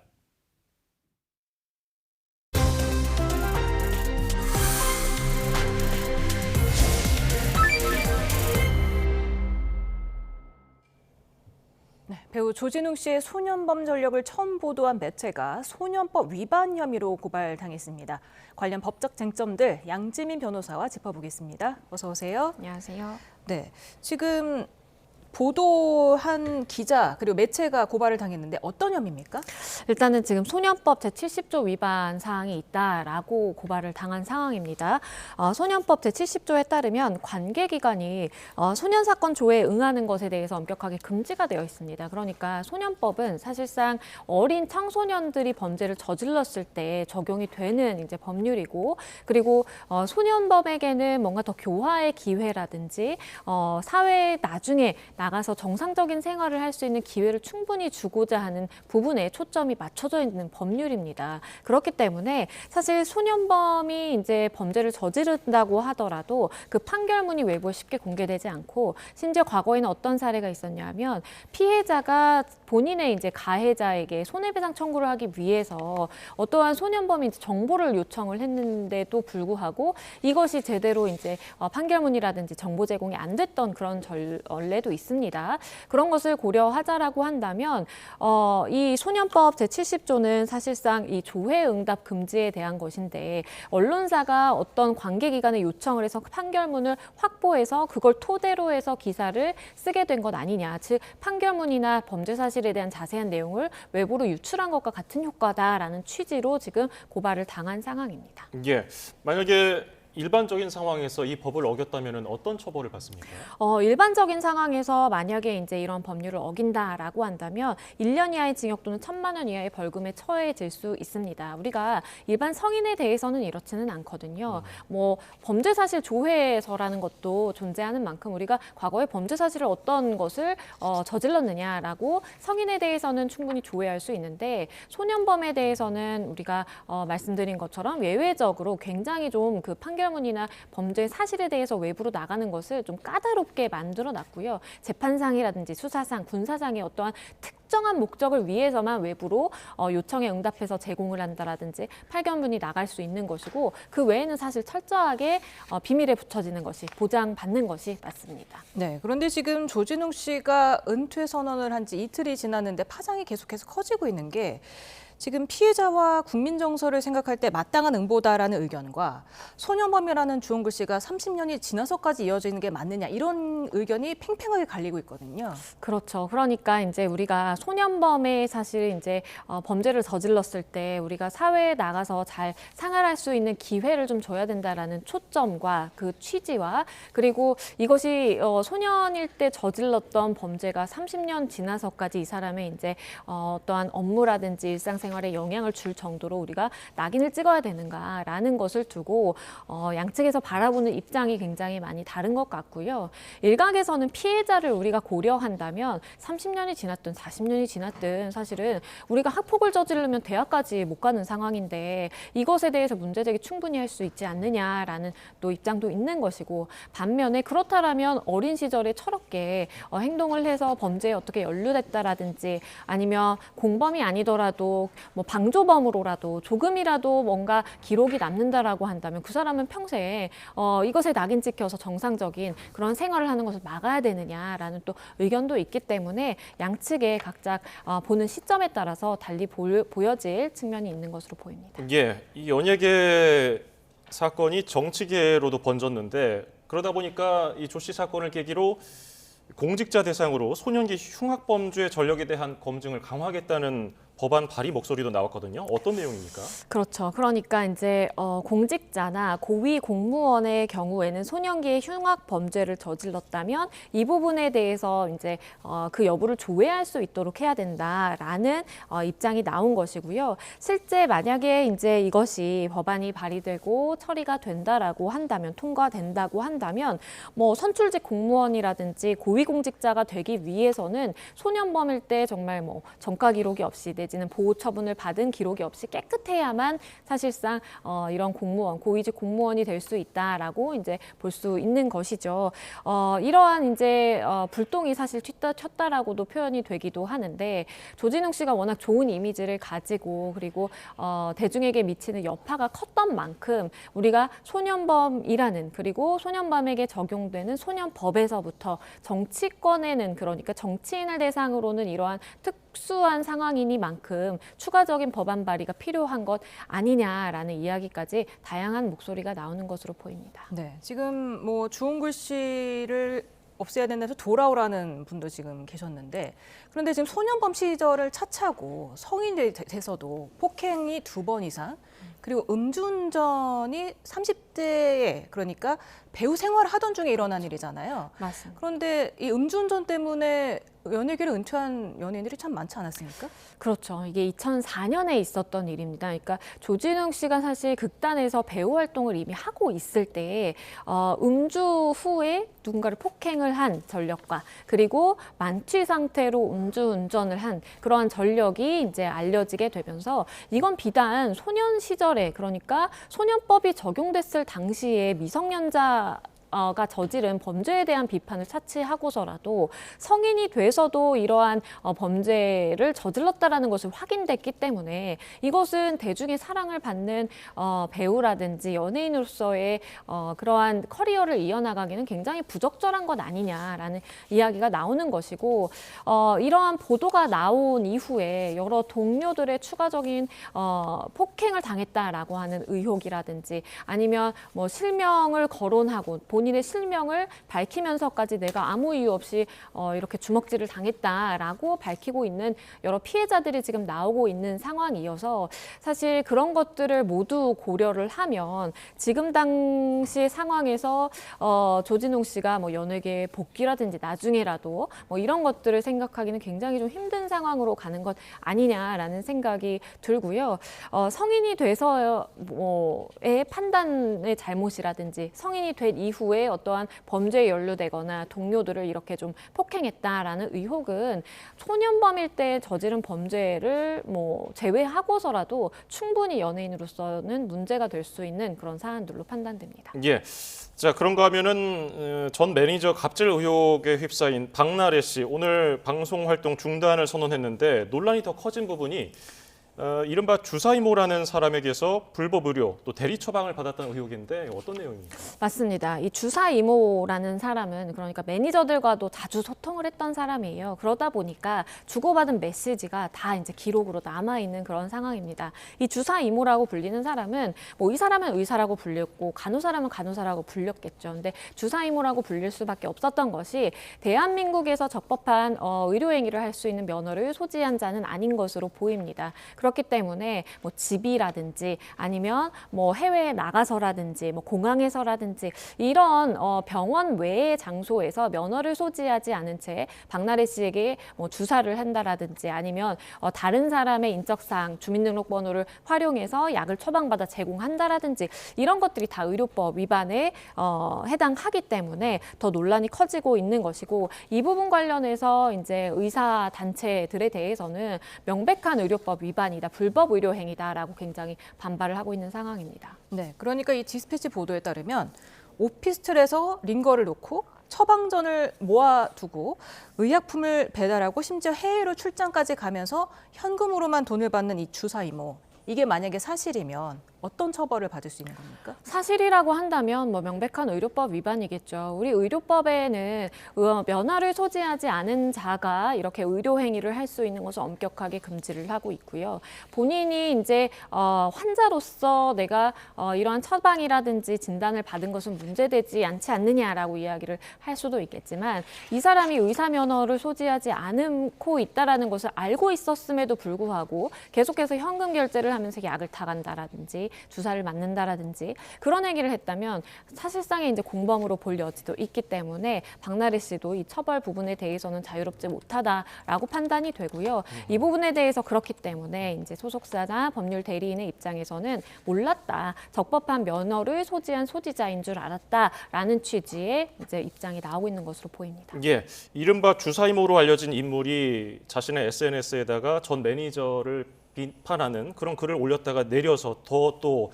이슈가 커졌는데 근데 이 주사이모라는 사람이 내몽고 포강의과대학 병원이라는 곳을 나왔다고 얘기를 했는데 유령 의대라는 반박도 나왔고 그리고 만약에 이게 실존하는 의대라고 하더라도 중국 의과대학 졸업자가 우리나라에서는 의료 행위를 못하나 보죠? 그렇습니다. 그러니까 지금 이 주사이모라는 사람이 반박하고 있는 내용이 실질적으로 법적으로는 의미가 없는 주장인 이유가요. 본인이 중국의 뭐 내몽고라는 곳에서 내가 공부를 했고 오히려 의사들을 가르치는 내가 교수까지 했다라는 취지로 본인의 이제 뭐 의료 실력이라든지 이런 부분에 있어서 이제 뛰어나다라는 점을 강조를 하고 있는데 물론 이것이 이제 포강의과대학병원이라는 것이 의사 단체에서 주장하기로는 전 전 세계의 의과대학의 이제 리스트를 가지고 있는 그러한 사이트에서 이제 확인을 해봤을 때 확인되지 않는 출처가 없는 유령 대학이다라는 것도 이야기를 했지만 만약에 설사 그것이 사실이라고 하더라도 중국에서 내가 의사를 했든 아니면 의사들을 가르치는 교수를 했든 한국에 넘어와서 한국에서 의료 자격, 의료 면허를 취득할 수 있는 길은 열려 있지 않습니다. 그렇기 때문에 한국에서 따지자면 한국에서는 무면허 의료 행위를 했다라고 볼 수밖에 없는 것이고 그렇기 때문에 의대 이 협회나 이제 단체에서 이러한 메시지가 나온 이유는 이 주사 이모라는 사람이 본인의 SNS에 올렸던 글들을 모두 이제 삭제를 한 그런 상황입니다. 네, 지금 박나래 씨 측에서는 의료진인 줄 알고 그런 시술을 받았다는 거잖아요. 만에 하나 그렇다고 치더라도 대리 처방을 모를 수가 있는 겁니까? 그렇죠. 그 부분에 대해서는 굉장히 좀 설득력이 떨어지는 주장을 하고 있다라고 판단이 됩니다. 왜냐하면 전 매니저들이 이제 공개한 메시지에 따르면 이 주사 이모가 누구 이제 어떤 사람 여러 사람들의 처방전 나 모으고 있어. 지금 주민등록 번호 받아서 지금 만들고 있어라고 하고 이름까지 뭐 나래를 줄 뭐 이런 식으로까지 언급이 되기 때문에 매니저들이 이런 것을 박나래 씨 모르게 이 주사 이모와 공모를 내서 따로 이렇게 일을 벌이기는 쉽지는 않거든요. 그렇기 때문에 박나래 씨도 나는 적법한 의료 면허를 가지고 있는 면허 소지자인 줄 알았다라고 이야기를 하고 있지만 사실상 수사기관이라든지 뭐 실질적으로 조사가 이루어졌을 때에는 이러한 주장이 신빙성이라든지 설득력을 얻기는 굉장히 힘들고요. 그렇기 때문에 본인도 현금 결제를 했고 아니면 뭐 오피스텔이라든지 이런 주거지에서 맞았던 것이기 때문에 주사를 그래서 이 부분이 고의 부정을 하기는 좀 쉽지 않아 보이는 상황입니다. 예, 축구 선수 손흥민 씨를 협박한 일당에게 오늘 실형이 내려졌는데 법원의 양형 이유는 뭐였습니까? 일단은 지금 징역 4년과 징역 2년으로 굉장히 중한 형이 선고가 됐습니다. 근데 이렇게 선고가 된 이유는 일단 적용 법조 차이가 있습니다. 그러니까 공갈과 공갈 미수 혐의를 받고 있는 여성에 대해서 징역 4년 선고가 된 것이고 그리고 이 남성의 경우에는 공갈 미수만 받고 있는 상황이었거든요. 그렇기 때문에 징역 2년이 선고가 된 것이고 재판부에서 밝히기로는 이 여성의 경우에 임신 사실을 알게 된 이후에 손흥민 선수의 아이인지 여부를 확인하지 않고 바로 공갈행위에 들어갔다라는 점에서 무엇보다 죄질이 나쁘게 평가된 것으로 보이고요. 그리고 본인이 이제 여러 가지 이야기들을 했는데 그 주장의 신빙성을 인정하기 어렵다라고 판단을 했습니다. 그렇기 때문에 사실은 2배가량이 되는 징역 4년과 2년이기 때문에 이렇게 2배 차이가 나는 선고량을 결정한 것은 결국에는 실제 금원을 내가 손에 쥐었는지 취득을 했는지 여부와 그리고 재판 과정에서 임하게 되는 여러 가지 가담의 정도라든지 본인의 범죄 사실을 인정하는 그 정도에 따라서 달라졌다라고 판단이 됩니다. 네, 10년 전에 배우 이병헌 씨를 협박해서 50억 원을 뜯어내려 했던 여성 2명은 1심에서는 실형이 선고가 됐는데 항소심에 가서는 집행유예로 풀려났더라고요. 혹시 이번에도 그럴 가능성이 있어 보입니까? 일단은 1심에서 반영된 여러 가지 양형에 유리한 요소가 없었다가 2심에 본인이 전향적으로 입장을 바꿔서 정말 사죄하고 반성의 의미를 표하고 그리고 무엇보다 공갈 혐의이기 때문에 금전의 피해가 발생한 그런 범죄입니다. 그래서 손흥민 선수에게 어떠한 금전적인 보상이라든지 합의 금액을 제시해서 실제로 합의가 됐다라고 한다면 이것이 양형에는 굉장히 유리한 요소가 반영이 돼서 실제로 실형 선고가 됐다가 집행유예형으로 변경이 될 여지도 있겠지만 손흥민 선수가 굉장히 엄벌에 처해달라라고 하는 그러한 취지의 입장을 수차례 밝힌 것을 고려한다라고 한다면 이 지금 본인이 지급을 했던 수억 원의 금전을 받고 뭐 합의서를 작성을 해준다라든지 이럴 가능성은 굉장히 낮아 보이는 상황이기 때문에 일단 항소심도 본인이 얼마나 뉘우치는지 그리고 실제 손해 부분에 대해서 손실 보전이라든지 합의가 있었는지 부분이 관건으로 보여집니다. 예, 오늘 말씀 여기까지 듣죠. 양지민 변호사였습니다. 고맙습니다. 감사합니다.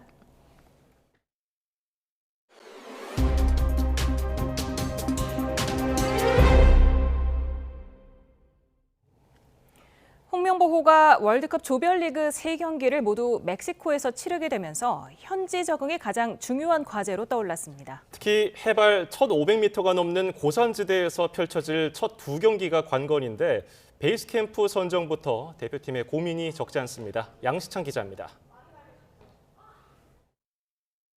유럽 플레이오프 승자와의 첫 경기에 개최국 멕시코와 맞붙는 두 번째 경기까지 홍명보호의 명운이 걸린 2경기가 펼쳐지는 과달라하라의 경기장은 해발 1571m의 고산지대에 있습니다. 다른 어느 때보다 현지 적응이 중요한 과제로 떠오른 이유입니다. 고지대라서 공이 더 빠르게 높이 멀리 가는 경향은 있기 때문에 그런 부분들은 적응이 필요하다는 생각입니다. 당장 발등에 떨어진 불은 베이스 캠프 선정입니다. 고산지대에 적응할 환경은 물론 성적과 직결되는 이동 거리도 최소화해야 합니다. 2014 브라질 월드컵과 2018 러시아 월드컵에서 축구 대표팀은 소속 조에서 가장 먼 거리를 이동하고 모두 조별리그 탈락에 고배를 들었습니다. 당시 이동했던 거리만 각각 5,000km와 7,000km가 넘습니다. 이번 월드컵은 한 곳에서 2경기를 치르고 800km 떨어진 몬테레이에서 나머지 한 경기를 치르는 만큼 상대적으로 동선이 짧다는 건 긍정적인 부분입니다. 조 편성만큼이나 장소가 중요하다고 강조했던 홍명보 감독은 조 추첨 뒤 곧바로 멕시코로 이동해 베이스 캠프 선정 작업에 돌입했습니다. 첫 번째, 두 번째 경기는 1600 고지대에서 경기를 해야 되니까 거기에 적응하는 게 제일 큰 관건이 아닌가라는 생각하고 있습니다. 베이스 캠프는 각국 대표팀이 1순위부터 5개의 베이스 캠프를 골라서 제출하면 FIFA가 랭킹과 경기장 거리 등을 종합적으로 고려해 결정을 내립니다. YTN 양시창입니다. 프로배구 V리그 초반 남자부에서 대한항공이 10연승을 달리며 독주 체제를 갖췄습니다. 완벽에 가까운 경기력에 추격하는 팀들도 위기에 빠지며 연승이 언제까지 이어질지가 관심입니다. 이경재 기자입니다. 해결사 러셀이 서브에이스 3개와 블로킹 5개, 후위 공격 7개를 더해 시즌 3번째 트리플 크라운을 달성합니다. 전성기로 돌아온 정지석이 19득점으로 변함없는 활약을 이어갔고 미들 블로커 김민재와 김규민은 속공과 블로킹으로 나란히 두 자릿수 득점을 올리며 10연승을 완성했습니다.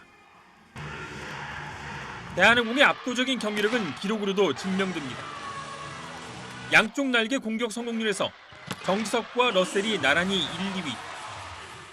속공은 김규민과 김민재가 1위와 3위에 올라 있습니다. 시즌 끝날 때까지 이어졌으면 좋겠고요. 꼭 이번에 다시 트로피를 뺏어오고 싶습니다.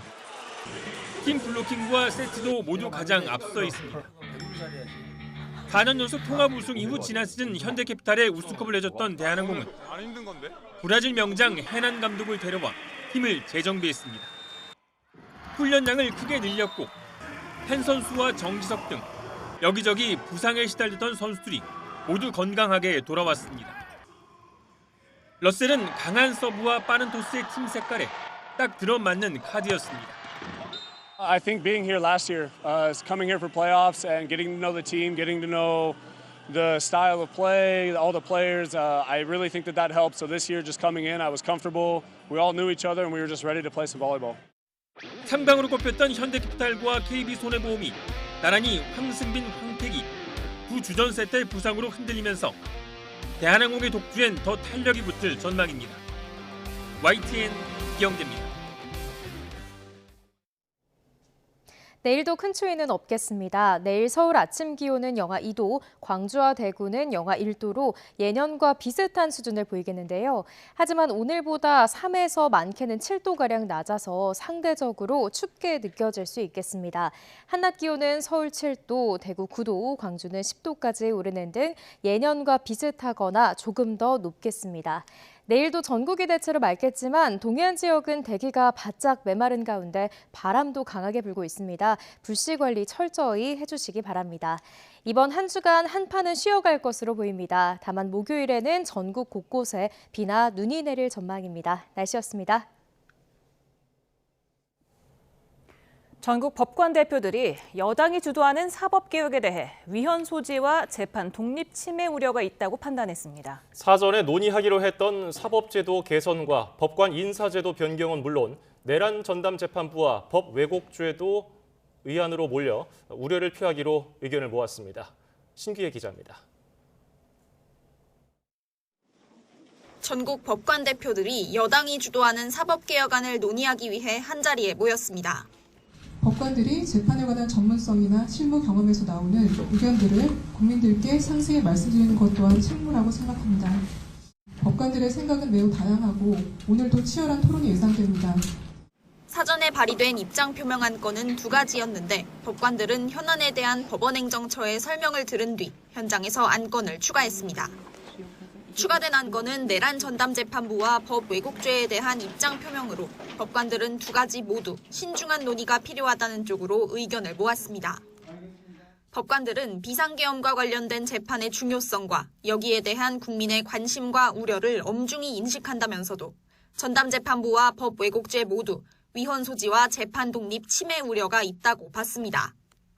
깊은 우려를 표한다는 의안과 신중한 논의를 촉구한다는 의안이 동시에 올라갔는데 이 가운데 2번째 의안이 과반수 찬성을 얻으며 가결됐습니다. 사전에 상정된 사법제도 개선과 법관 인사제도 변경 관련 입장 표명 안건도 모두 가결됐습니다.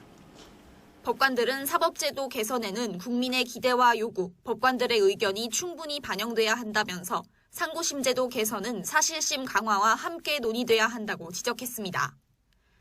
또 대법관 구성의 민주적 정당성을 확보하려면 후보 추천위원회 구성의 다양성과 절차의 투명성을 확보해야 한다고 의견을 모았습니다. 이번 법관대표 회의의 결론은 앞선 전국 법원장 회의의 결론과 궤를 같이 하는 것으로 여당의 사법개혁안에 사법부 전체가 우려를 표한 모양새가 됐습니다. 대한변호사협회와 민주사회를 위한 변호사 모임 등 다른 법조계 단체들도 현행 내란전담재판부 법안에 우려 목소리를 내고 있는데 의견 수렴을 마친 사법부가 사법개혁에 어떤 구체적인 대응책을 내놓을지 주목됩니다. YTN 신기입니다. 민주당이 내란 전담 재판부를 연내 강행 처리할 움직임을 보이자 국민의힘은 여론전에 총력을 기울이고 있습니다. 국민에 직접 고발하는 형식의 의원총회를 열어서 위헌성을 부각하는 데 주력했습니다. 박희재 기자입니다. 전국 판사들이 모여 내란 전담 재판부의 위헌성 등을 논의하는 날, 국민의힘은 사법부 경고는 국민의 준엄한 경고를 대신한 거라고 강조했습니다. 민주당이 이 경고를 무시한다면 사법부가 행동에 나서야 한다고 촉구했고, 동시에 내란 재판부 설치에 공감한 대통령실은 헌법 파괴의 컨트롤 타워라고 직격했습니다. 내란 전담 재판부와 법 왜곡죄는 결국 범죄자 대통령 한 사람 때문이라는 사실 또한 입증된 셈입니다. 국민의힘은 짧게 비공개로 하던 의원총회도 국민에 고발하는 공개 형식으로 열어 법안 문제점을 조목조목 짚었습니다. 내란 전담 재판부 설치법, 법 왜곡죄 신설과 필리버스터 무력화법까지 헌법 전문가들과 법사위 의원들까지 총출동했습니다. 특히 야권 목표는 내년 지방선거를 싹쓸이해 이재명 민주당의 1급 독재 체제를 구축하겠다는 뜻이라고 주장했습니다. 민주당 인사들이나 이재명 정부 사람들이 봤을 때 이것이 본인들한테 불리하다고 판단되면 사실상 이 판결 결과를 뒤집어 보겠다는 발상이 들어가 있는 것이고, 개혁신당 이준석 대표는 민주당이 독재 유혹에 취해 사법부 형이화를 목표로 좌충우돌 하고 있다면서 전두환의 국보위도 자문기구로 시작했다고 비판했습니다. 특별이라는 이름으로 법치를 우회한 권력은 예외 없이 국가 시스템을 파괴했습니다. 보수 야권은 이른바 현진우나 문자로 필요성이 불붙은 특별감찰관 임명도 거듭 촉구했습니다. 대통령실이 요구한 국회 추천에 빠르게 화답하자는 건데, 국민의힘은 파수로 매주를 쓴다 해도 따르던 민주당이 유독 이 문제만큼은 미루고 있다면서 서로 짬짬이 하는 것 아니냐고 지적했습니다. YTN 박희재입니다. 더불어민주당이 정기국회 마지막 날인 내일 본회의에 내란 전담 재판부 설치법을 상정하지 않기로 했습니다. 위헌 논란이 좀처럼 가라앉지 않자 의견 수렴 절차를 더 거치기로 한 겁니다. 황보혜경 기자입니다. 12.3 비상계엄 관련 사건을 전담하는 내란 재판부 설치 법안을 두고 법조계와 보수 야권을 넘어 대통령실까지 위헌 소지 가능성을 언급했습니다. 법무부가 재판부 구성에 관여하는 점은 삼권 분립 훼손 우려가 제기되고 이미 1심이 진행 중인 사건을 이송할 수 있게 한 점도 쟁점입니다. 민주당 정청래 대표는 이런 흐름을 의식한 듯 법안 수정 가능성을 열어뒀습니다. 1심 재판을 지연시키려는 정략에 맞서 위헌 시비마저 최소화하겠습니다. 필요한 부분은 보완하고 수정할 부분은 과감히 수정해 나갈 것입니다.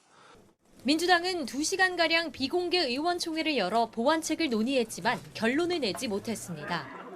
정기국회 마지막 본회의에 상정하는 대신 전문가 자문 등 수기를 거쳐 일종의 속도 조절을 하기로 한 겁니다.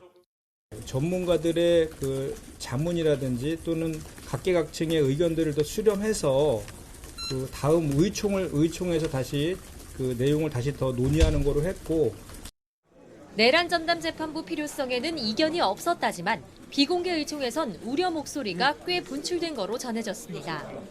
위헌 소지가 있는데 그대로 가면 안 된다. 재판 지연에 빌미를 줄 필요가 있느냐는 의견이 공개적으로 표출됐고, 법무부 장관이 전담 판사 추천권을 갖는 것을 두고도 내부 우려가 여전한 거로 파악됐습니다. 조국혁신당 등 범여권이 거듭 반대 입장을 밝히는 점도 적지 않은 부담으로 작용하고 있습니다. 분명 위헌 소지가 있습니다. 위헌 제청이 이루어지면 윤석열 등 내란 일당은 석방될 가능성이 높습니다.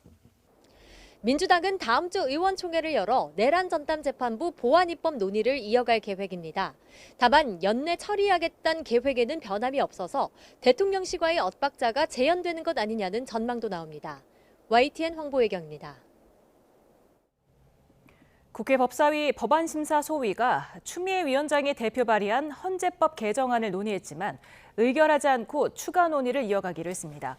법사위 민주당 간사 김용민 의원은 헌재가 신중 의견을 제시해 내부 토의를 이어가기로 했다고 설명했습니다. 해당 법안은 내란 외환죄의 경우 위헌 법률 심판을 제청해도 재판을 멈추지 않고 위헌 심판을 1개월 안에 결론 내도록 하는 내용입니다.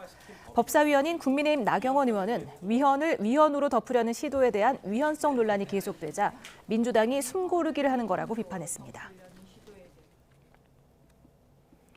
이재명 대통령이 내년 6월 지방선거에서 여당의 서울시장 후보 중 한 명으로 거론되는 정원호 서울 성동구청장을 공개 칭찬한 걸 두고 정치권에 미묘한 파장이 일고 있습니다. 대통령실은 특별한 의도는 없다고 선을 그었지만 배경을 놓고 여러 해석이 나오고 있습니다. 강진원 기자입니다.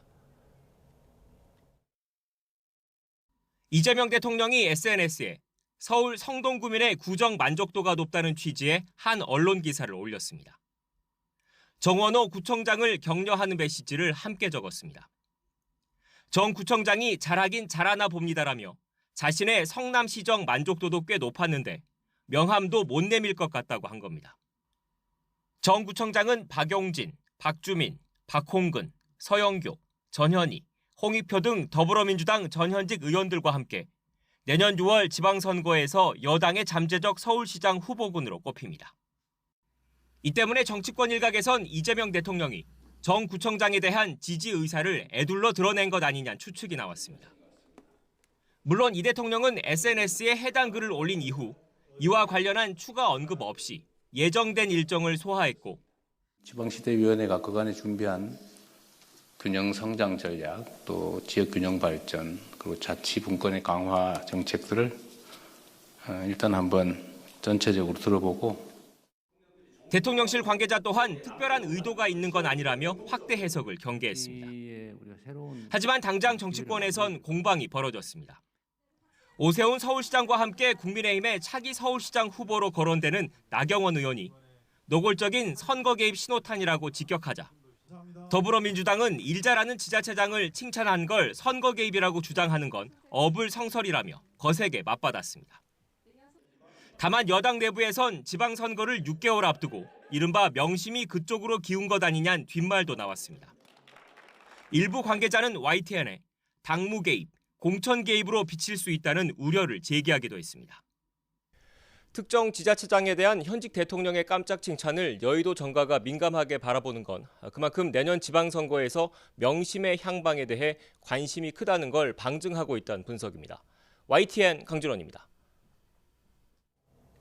더불어민주당 문진석 원내수석 부대표가 인사청탁 문자로 논란을 빚은 데 대해 의원들에게 공식 사과했습니다. 김현정 원내대변인은 문 의원이 논란에 대해 의원들에게 사과했다며 원내수석 부대표 등 본인의 거취를 지도부에게 일임하겠다고 말했다고 전했습니다. 한 의원은 문 의원이 당직을 내려놔야 한다고 촉구하기도 했는데 김병기 원내대표는 고민하고 수기해 결정하겠다고 말한 것으로 전해졌습니다. 인사청탁 문자 논란을 빚은 김남국 전 대통령실 비서관과 더불어민주당 문진석 의원 등을 상대로 경찰이 수사에 착수했습니다. 경찰청 관계자는 인사청탁 논란에 대한 고발건을 서울청 공공범죄수사대에 배당했다고 밝혔습니다. 지난 4일 국민의힘 이종배 서울시 의원과 시민단체 서민민생대책위는 서울청에 이들을 직권남용과 청탁금지법 위반 등의 혐의로 고발했습니다. 경찰이 더불어민주당 장경태 의원의 성추행 의혹과 관련한 2차 가해 사건을 서울경찰청으로 이관해 수사합니다. 경찰청 관계자는 오늘 기자간담회에서 해당 사건을 지난 3일 서울 영등포경찰서에서 서울경찰청 사이버수사대에 이관했으며 고발인 조사 등 절차에 따라 수사할 계획이라고 밝혔습니다. 서울 영등포경찰서는 지난 2일 민주당 의원실 소속 보좌관 1명과 신원 미상 인물 3명 등에 대한 명예훼손과 모욕 혐의 고발장을 접수했습니다. 통일교가 민주당과도 접촉했다는 진술이 나오며 파장이 커지고 있는 가운데 김건희 특검이 해당 의혹을 다른 수사기관에 인계할 예정이라고 밝혔습니다. 특검 수사 대상에 해당하지 않는다는 건데 당시 진술 내용이 특정 정당에만 국한된 것이 아니었다며 이른바 선별 수사 논란에 대해서도 반박했습니다. 안동준 기자입니다. 통일교가 민주당과도 접촉했다는 의혹에 대해 김건희 특검이 첫 입장을 냈습니다. 특검은 먼저 지난 8월 조사 과정에서 해당 진술을 청취한 사실이 있다고 밝혔습니다. 또 이후 사건 번호를 부여받아 사건 기록으로 만들었다고 설명했습니다. 다만 사건을 직접 수사하는 대신 다른 수사기관에 넘길 예정이라고 전했습니다. 인적, 물적, 시간적으로 볼 때 관련 의혹이 특검법상 수사 대상에 해당하지 않는다고 판단했다는 겁니다. 일각에서 선택적 수사라는 비판이 나오는 것과 관련해서는 당시 진술 내용은 특정 정당에만 국한된 것이 아니었다며 특검이 의도적으로 수사하지 않는다는 것은 사실이 아니라고 강하게 반박했습니다. 앞서 윤영호 전 세계본부장은 자신의 재판에서 통일교 행사와 관련해 민주당 측 인사들과도 접촉했다고 진술했습니다. 문재인 정부 당시에는 민주당 인사들과 더 가까웠던 데다 행사와 관련해 현 정부 장관급 인사 4명과 소통했고 이 가운데 2명은 한학자 총재와 직접 만났다고 주장했습니다. 특검에도 지난 8월 이미 이런 진술을 했다고 언급했는데 이 때문에 특검이 민주당에 대한 수사는 하지 않았다는 논란이 일었습니다.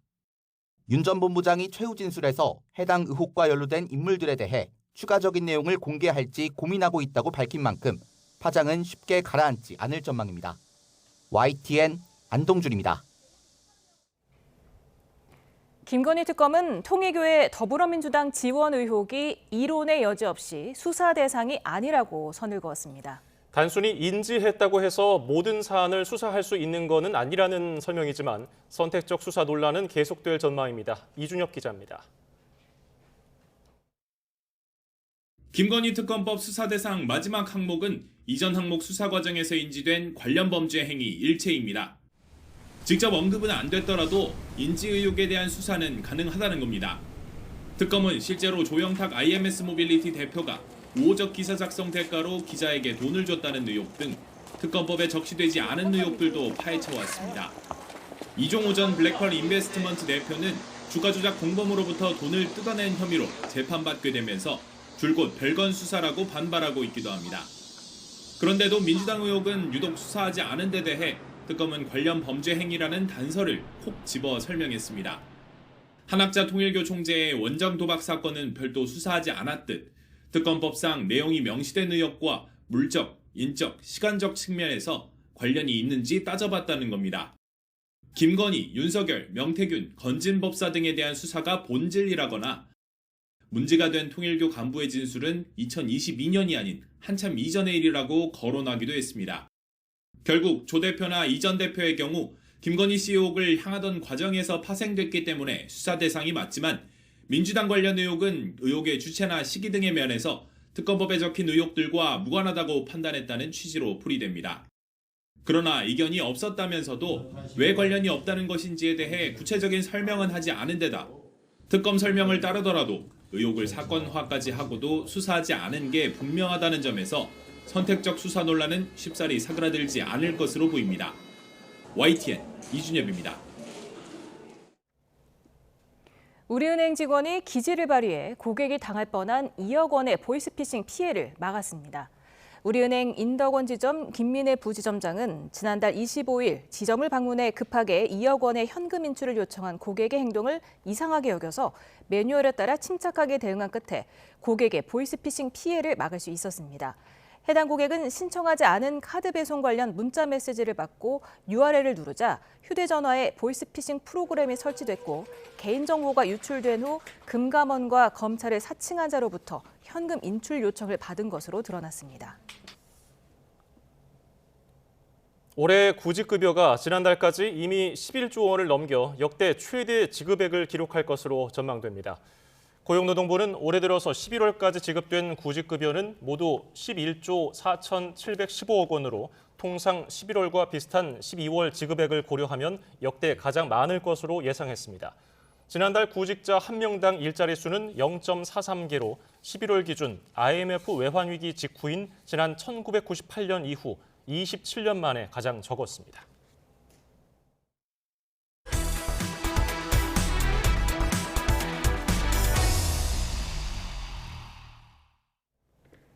이재명 정부 출범 이후 AI 3대 강국 도약을 목표로 인공지능과 과학기술 분야 개발과 투자가 속도를 내고 있습니다. 내년 정부 예산 가운데 연구개발 예산이 역대 최대 규모로 편성되기도 했는데요.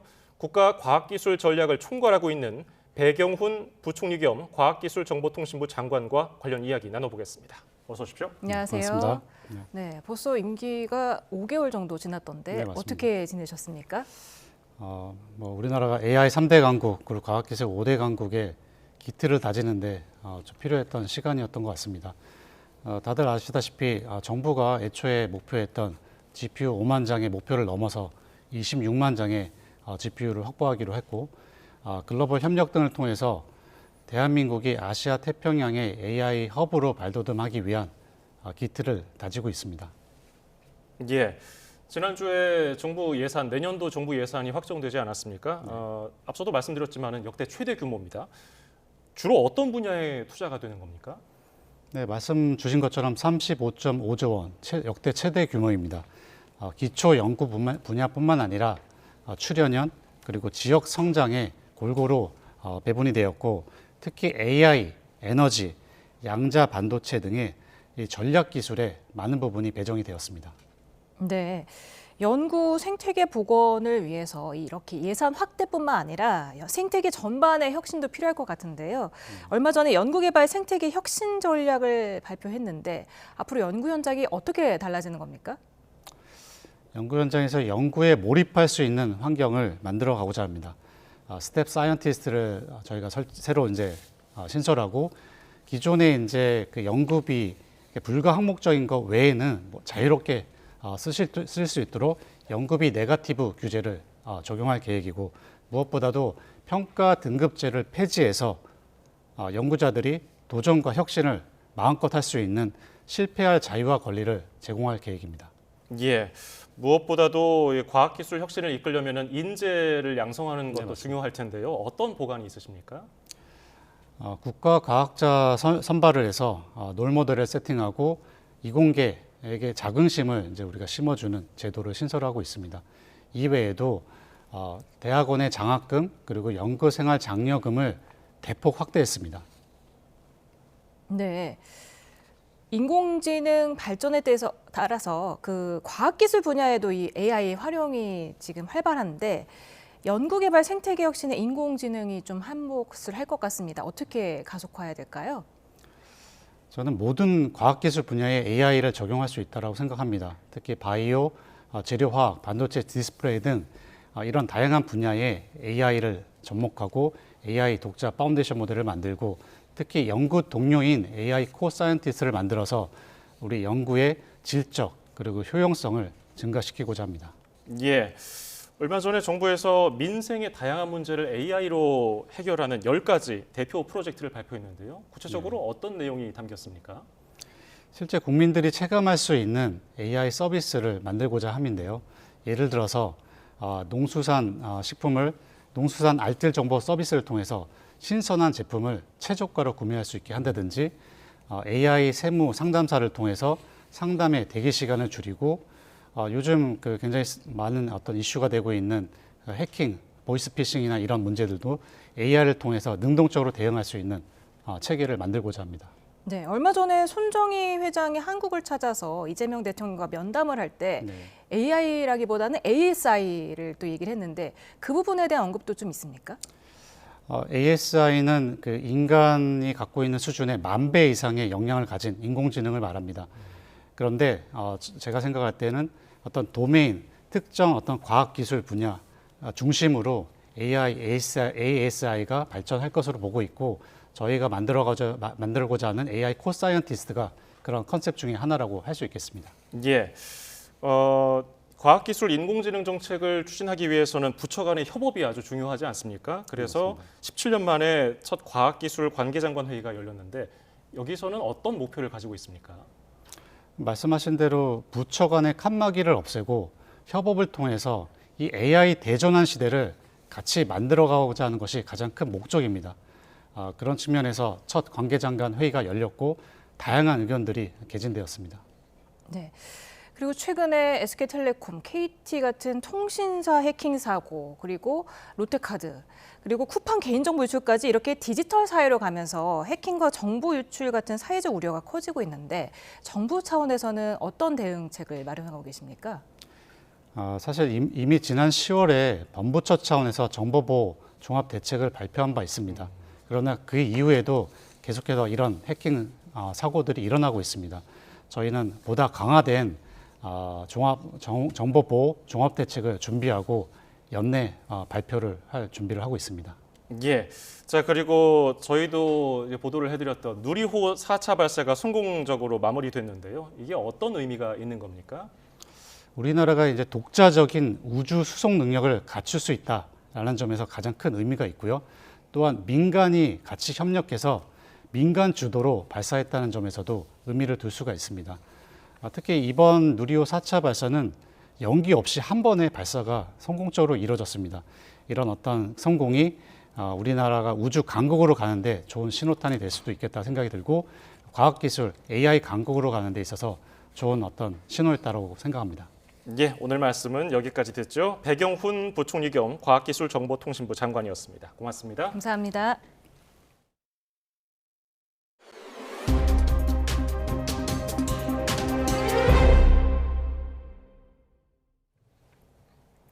쿠팡이 개인정보 유출 사태와 관련해 올린 2차 사과문이 또 다른 논란을 낳고 있습니다. 메신저로 사과문을 공유하면 쿠팡의 홍보 문구가 함께 노출되면서 사과마저 광고에 활용하는 것 아니냐는 비판이 이어졌는데요. 소비자의 불만이 커지는 가운데 이용자 이탈 조짐도 뚜렷해지고 있습니다. 오동건 기자입니다. 쿠팡이 올린 2차 사과문입니다. 정보 노출을 유출로 수정해 다시 통보하라는 정부 당국의 지시에 따라 사과문을 재공지했습니다. 그런데 이 사과문 페이지를 메신저로 공유하면 사과문 요약이 아닌 쿠팡이 추천하는 관련 혜택과 특가라는 미리 보기 제목이 뜹니다.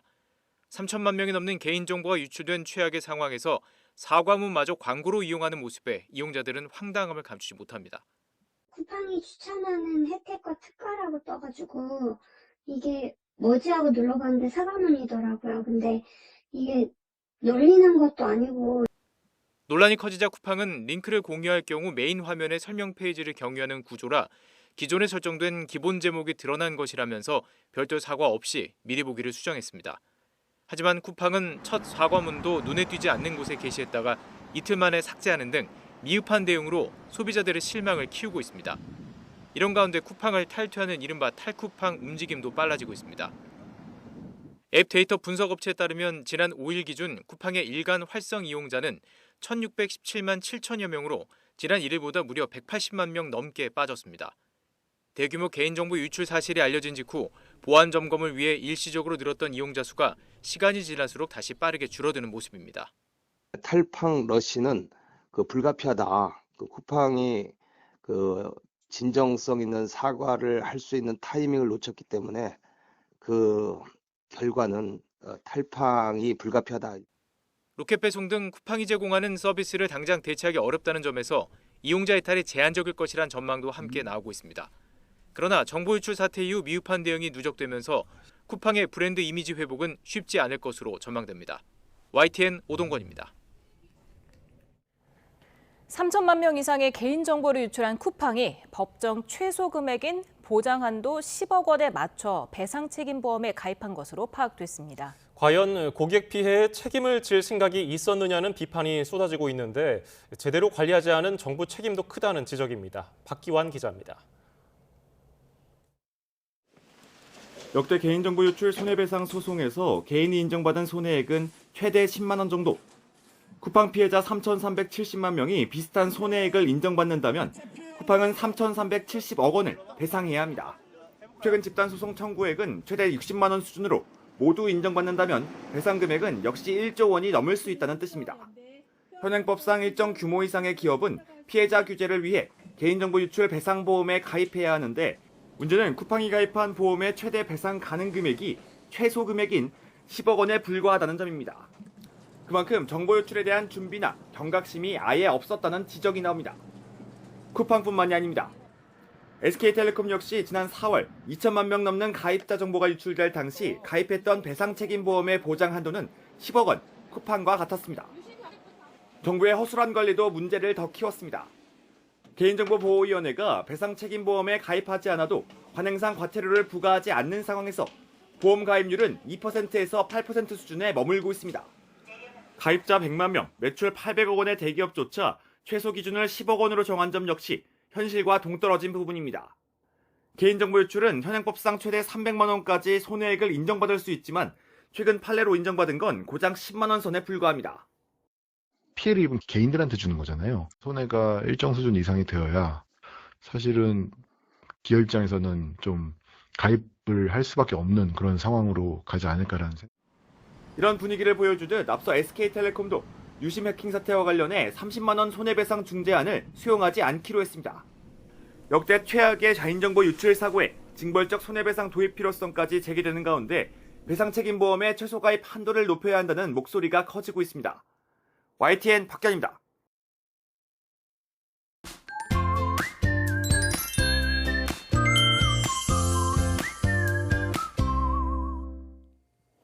지난주에는 마치 한겨울 같은 추위가 기승을 부렸는데요. 이번 한 주 동안은 한파 수준의 큰 추위는 쉬어가겠습니다.